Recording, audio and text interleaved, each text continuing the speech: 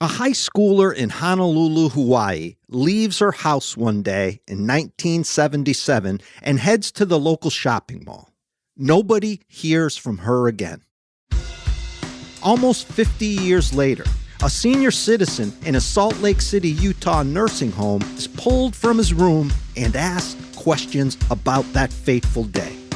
And as the answers the family has waited all that time for are exposed, the shocking truth is finally revealed. My name is M. William Phelps. I'm an investigative journalist and the true crime author of close to 50 books. I've dedicated the past 20 years of my life to helping families of the missing and murdered. Join me. We're crossing the line.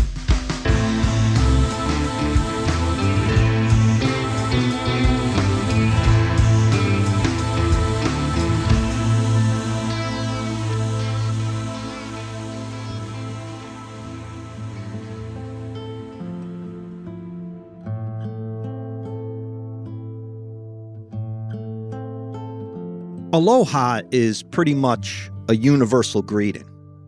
But the popular Hawaiian salutation packs a heck of a lot more emotion than a simple hello, and is actually considered a way of expressing love, compassion, peace, affection, and mercy, all wrapped up in one simple word. Hawaii is such an Eden-esque-like place, a paradise, if you will, where the ocean meets the shoreline about 2,000 miles from the U.S. mainland. Known as the gateway to the world, Honolulu is the capital and houses the largest population. My memories of Hawaii are from the 1970s. My father and I sitting down to watch Hawaii Five-0 on Wednesday nights. Actor Jack Lord expertly played badass detective Steve McGarrett.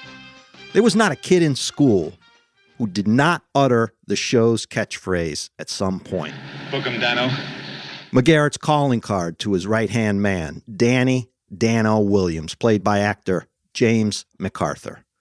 After getting their man, McGarrett would utter the phrase at the end of nearly every 42-minute episode. Incidentally, I'll say, to see a remake of the show in recent years has made my skin crawl.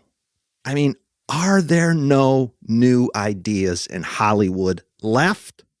But anyway, that is about the extent of my Hawaiian experience. Hawaii Five-0 with my dad on Wednesday nights, laying on the floor in front of the television, my arms cradling my chin. It's March 21st, 1977, a Monday. 83 degrees in Honolulu. One of those perfect weather days. Blue skies, low humidity, lots of bright sun. And if we really want to set the scene and era in play, Atari is about to release its home gaming system. You know, with Asteroids, Space Invaders, Pac-Man, and you remember that square joystick with the red button on it? I'll never forget that. How exciting it was to get that gaming system home and play Asteroids right on my television set. If you were a kid then, you know what I am referring to. President Jimmy Carter, who passed away just recently, announced his run for president in January of 1977. Laverne and Shirley, Happy Days, and Three's Company are the top TV shows. And I expect remakes of those coming to your TV screen soon.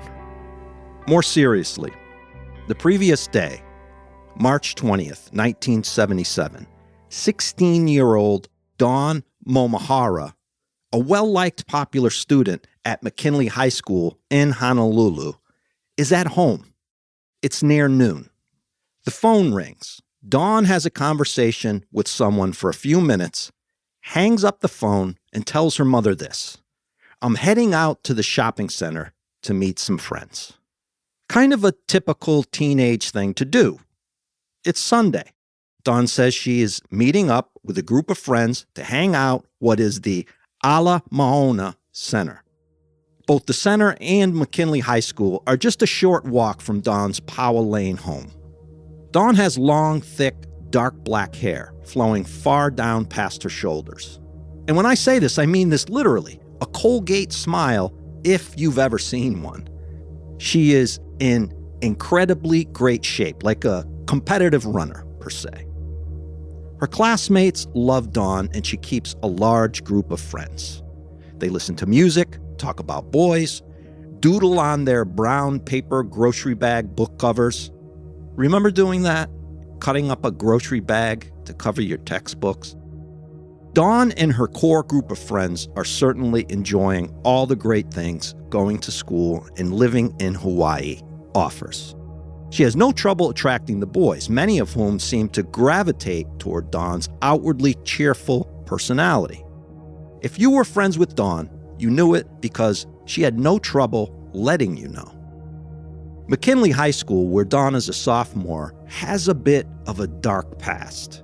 In 1974, just 3 years prior, a student had been killed during a fight on campus. In that terrible moment, a pockmark on the school's reputation, in which some students stood by and watched, is still pretty raw around school grounds. Students talk about it. As the evening of March 19th comes around, Dawn's mother is beginning to wonder where Dawn is. She would normally go out for a few hours and come back, or at least call from a friend's house or payphone. But by the time her mother is ready for bed, there's been no word from Dawn. She hasn't returned from the mall, and none of her friends have seen or heard from her. Something is definitely off, her mother knows. So Dawn's mother decides to take a ride around the area looking for her daughter. Dawn's father had passed, and her mother, a widow, has been raising the child herself. By midnight, after driving through the school grounds and around the shopping center, Dawn's mother phones police to report her missing. It's been 12 hours now that she has not heard anything from her. The school parking lot, her mother noticed, was loaded with cars. There was a musical event at the adjoining Neil Bladesdell Center and Auditorium, so there were people around everywhere. Honolulu police immediately list Dawn as a runaway. As it is customary practice to do so, they later tell reporters.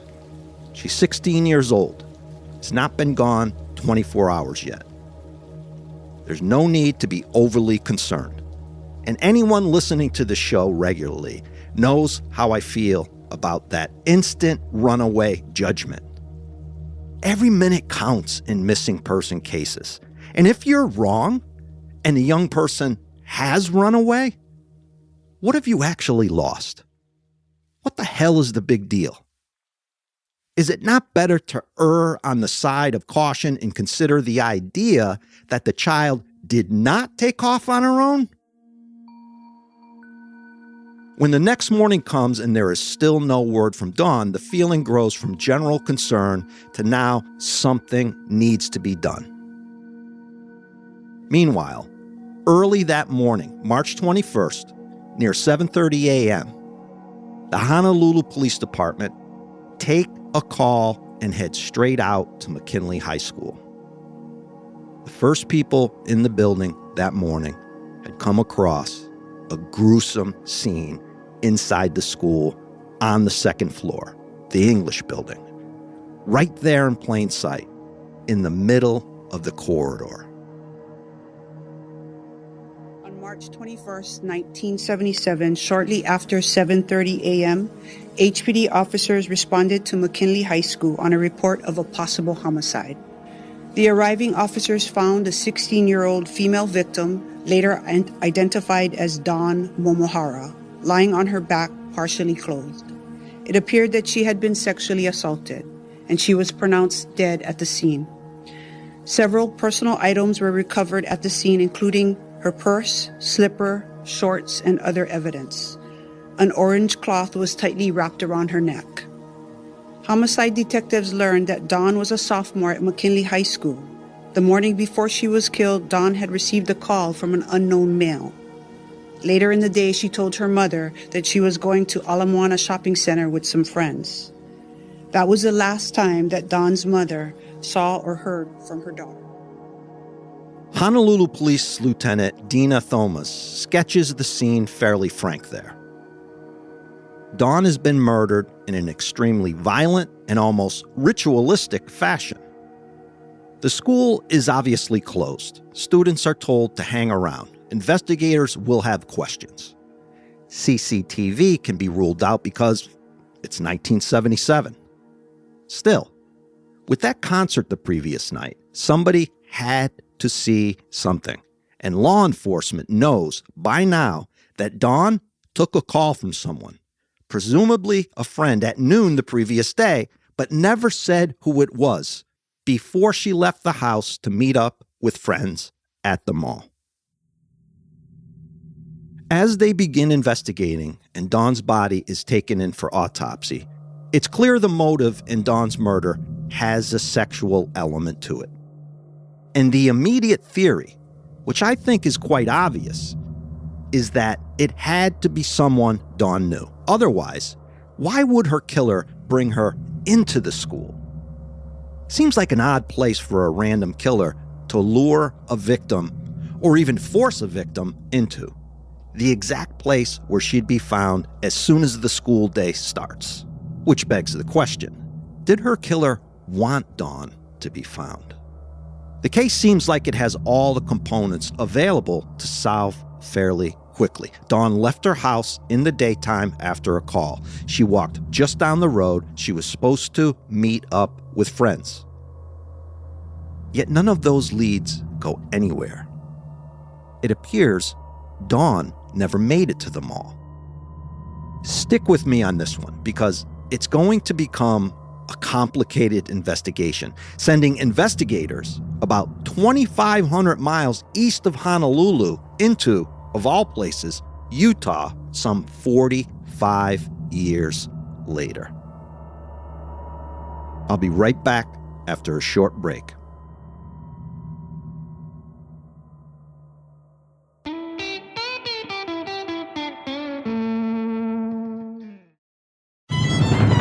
This season on Very Scary People, Christine Belford reports her 3 young daughters missing. She has no idea where they are, but she knows who took them. Her ex-husband has teamed up with her former in-laws to do whatever it takes to have total control of the girls, including stalking, harassment, and even murder. Listen to Very Scary People wherever you get your podcasts.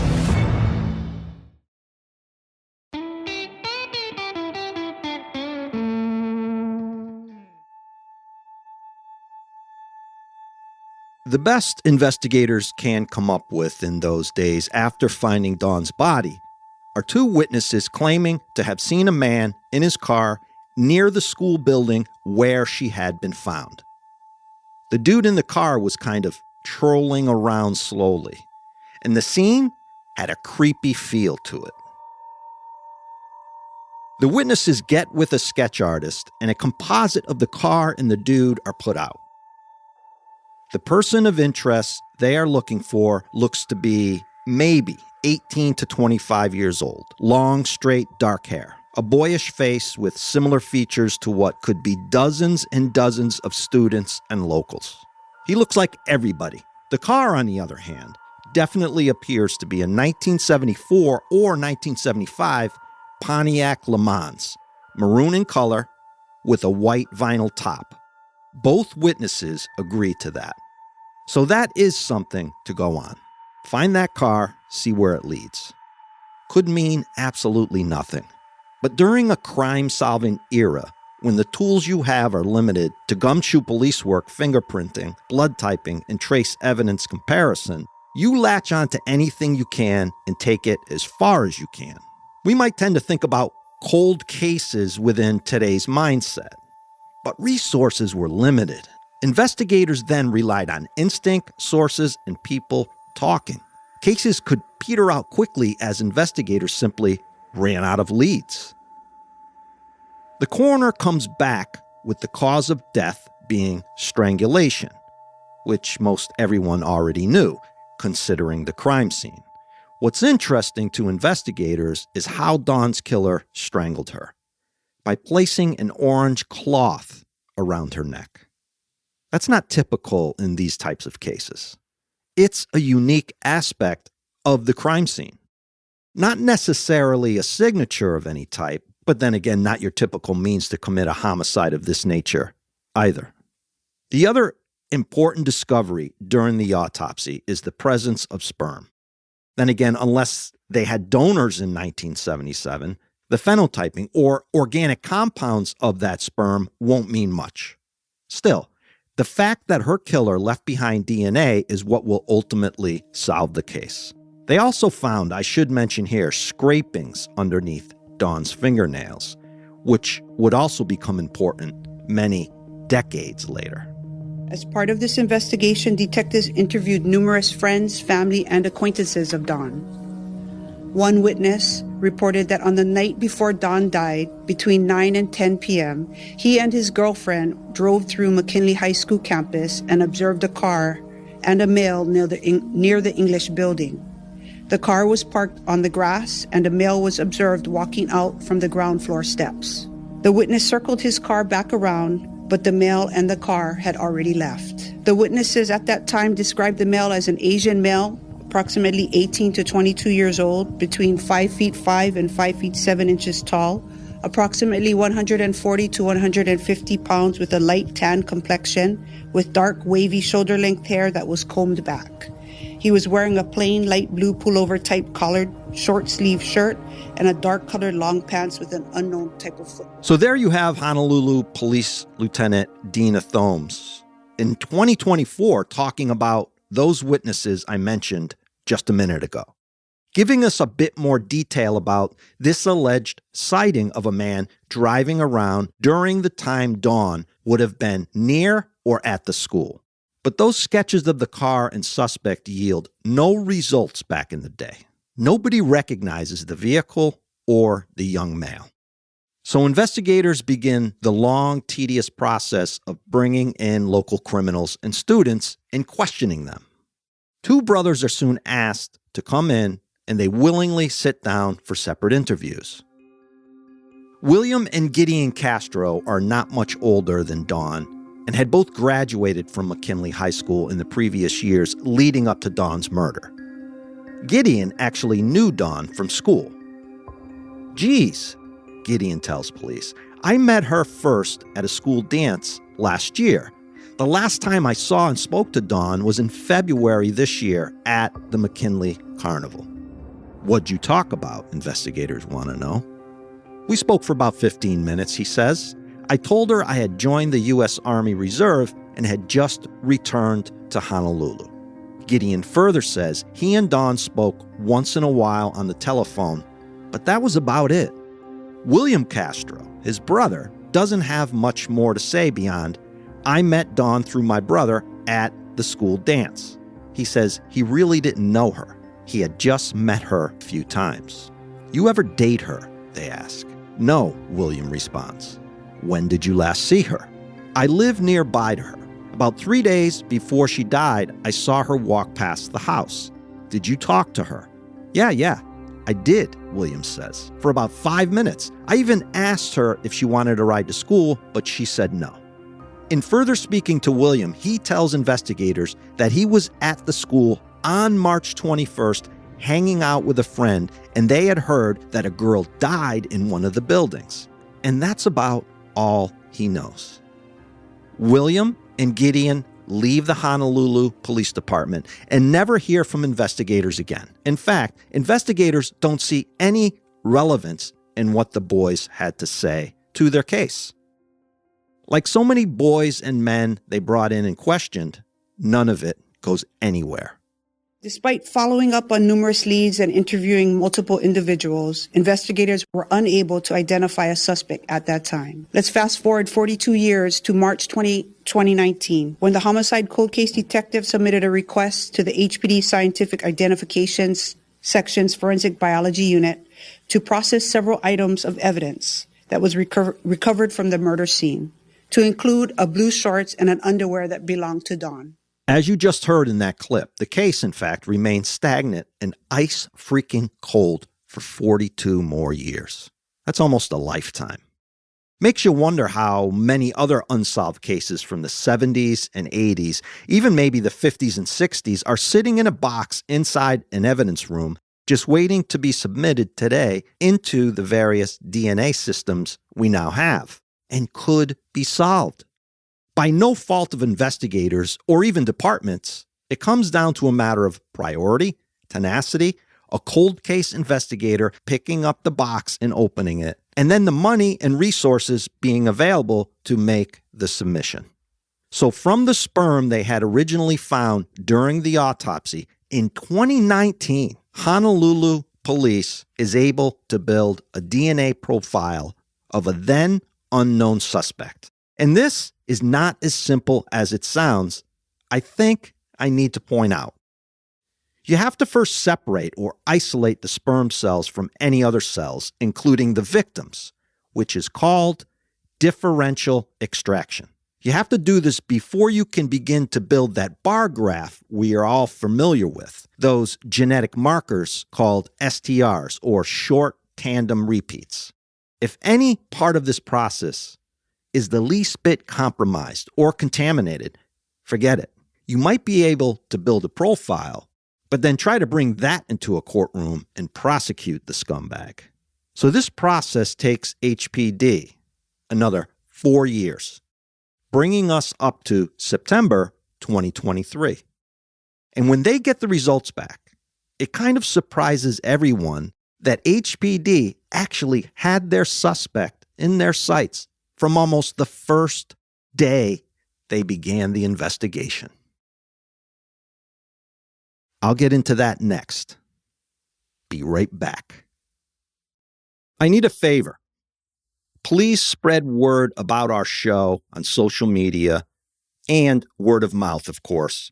And subscribe to Crossing the Line with M. William Phelps wherever you get your favorite podcasts. Don't forget to leave a review of the show, especially on Apple Podcasts. I'm doing this show independently now, free from any corporate or big podcasting media company involvement. And this allows me to bring you more of the content you want to hear and have written in and asked me for. This is completely our show. Reviews and subscriptions truly help. I could not do this show without you. And that support, I must tell you, means everything to me personally. It's incredibly humbling. And I want to thank each of you for listening. I mean this. You have a lot of choices out there, and I'm grateful you've landed on Crossing the Line. We can grow this show together, which will allow me to do even bigger things with it and bring you the content you want. If you go to crossingtheline.biz, mwilliamphelps.com, or look in the show notes, you can contact me to suggest cases or just say hello. Please look for me across all social media platforms at M. William Phelps.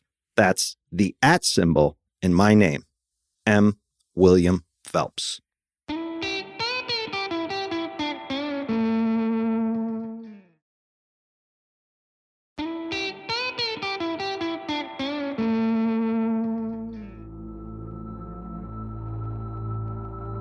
In September of 2023, information was received that William Castro or Gideon Castro could be potential suspects in this case.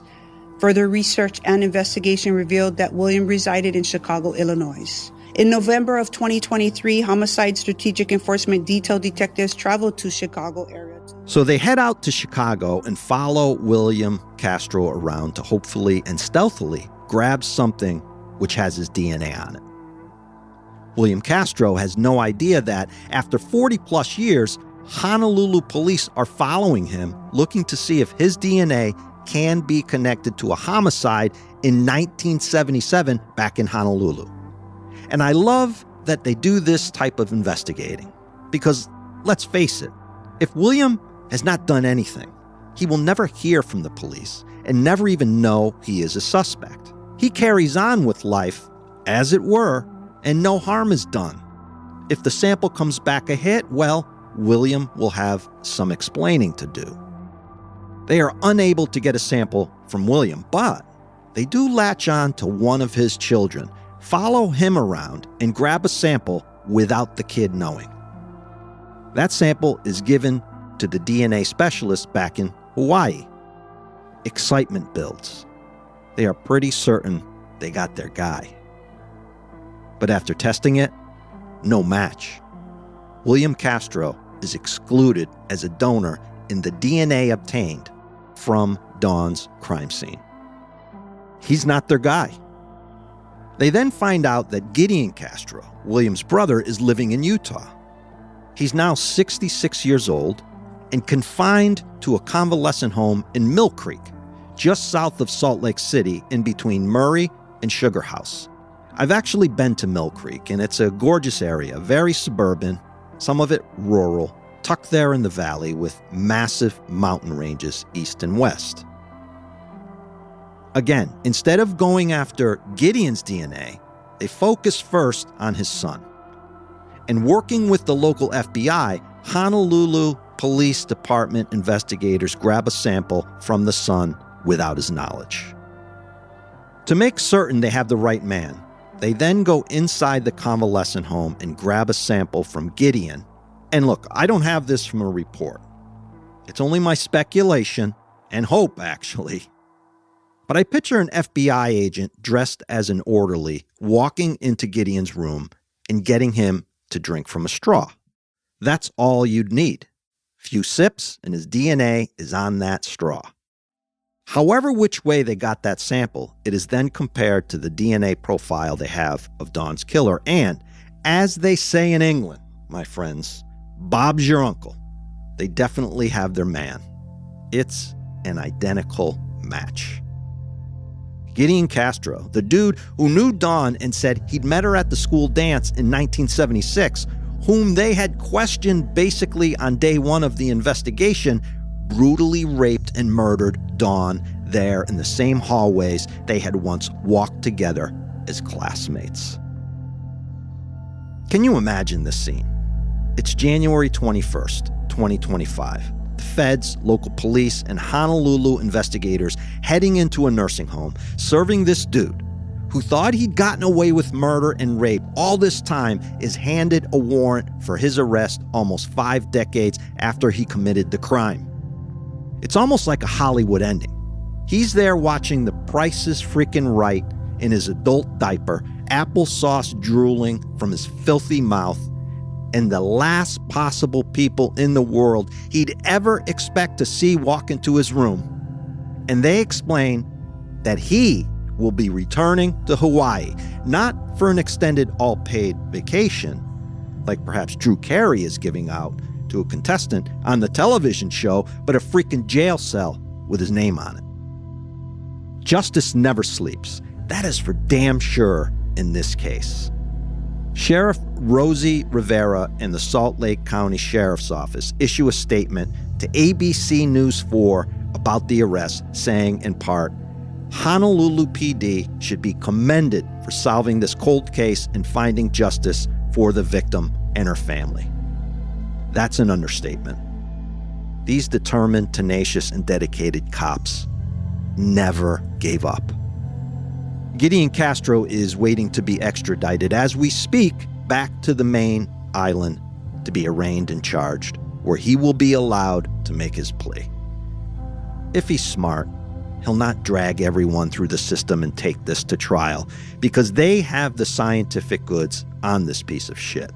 And there is not a chance in hell he'll see the inside of a nursing home again from the outside. That's it for this week. And before I go, I want to hear from you. Email or message me on social media and tell me what you want out of this show. The cases, your feedback, your thoughts about previous episodes. Ask me questions about true crime, whatever you want to know. And I'll answer what I can here at the end of the show. You are the other half of this experience, and I want to include you as much as I can. So please write in. If you're brave enough and want to leave me a voicemail question to answer, I'll play that question on the show, and then I'll answer. With that said, be safe, be aware.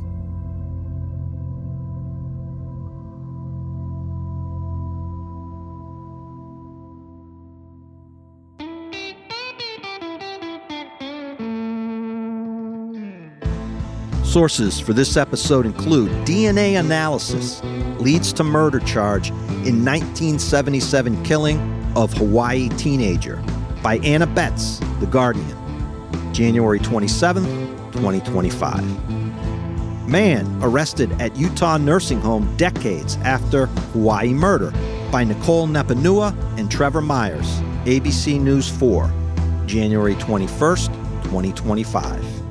Detectives seek clues in murder of student, no byline, Honolulu Star Bulletin, March 22nd, 1977. Excerpt from a January 2025 Honolulu Police Department press conference you heard in the episode. Crossing the Line is executive produced by M. William Phelps, LLC, and Matthew Valentinus, Mom's Basement Management. Written by me, M. William Phelps. Audio mastering and mixing by Matt Russell. Music by Epidemic Sound. Original music written and performed by Thomas Mooney, Tom Phelps, and Matt Russell.